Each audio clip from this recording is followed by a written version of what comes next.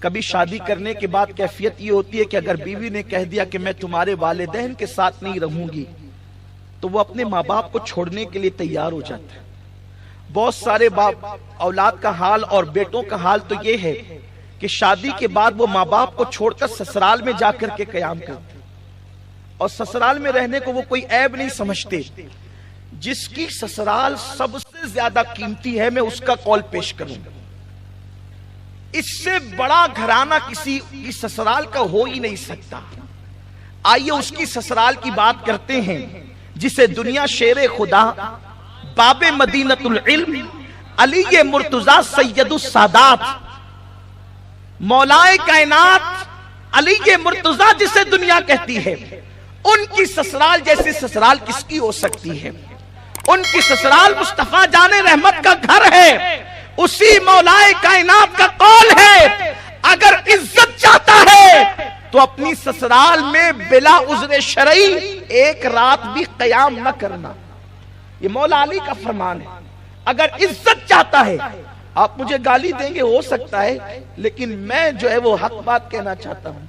اور طبیعت میں یہی ہے۔ ممکن ہے جو اپنے سسرال میں رہتے ہیں ان کو برا بھی لگے، عذر شرعی کی بنیاد پہ رہتے ہیں تو بات الگ ہے، لیکن مولائے کائنات نے فرمایا اگر عزت چاہتا ہے بلا عذر شرعی، مسافر ہے رات کو قیام کر سکتا ہے، کوئی عذر ہے، کوئی بیمار ہے رات میں قیام کر سکتا ہے، بلا عذر شرعی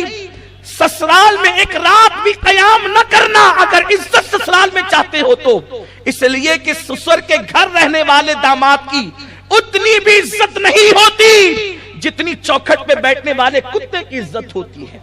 ماں باپ کو چھوڑ کر جانے والوں کا انجام یہی ہونا ہے اور یہی ہو کر کے رہے گا، اس لیے کہ میرے آقا صلی اللہ علیہ وسلم فرماتے ہیں اگر تیرے ماں باپ تجھ سے ناراض ہے اور تو شہید ہو جائے، شہادت کے بعد بھی اللہ تجھے جنت عطا نہیں کرے گا، کیونکہ ماں باپ ناراض ہے اور جنت نہیں دے گا، لیکن چونکہ شہید ہو گیا ہے تو جہنم بھی نہیں دے گا۔ جنت اور جہنم کے درمیان ایک مقام ہے جس کو مقام آراف کہتے ہیں، نہ وہاں جہنم کی طرح عذاب ہے نہ جنت کی طرح نعمتیں ہیں۔ ان شہیدوں کو مقام آراف میں رکھا جائے گا جن کے ماں باپ ان سے ناراض رہا کرتے تھے۔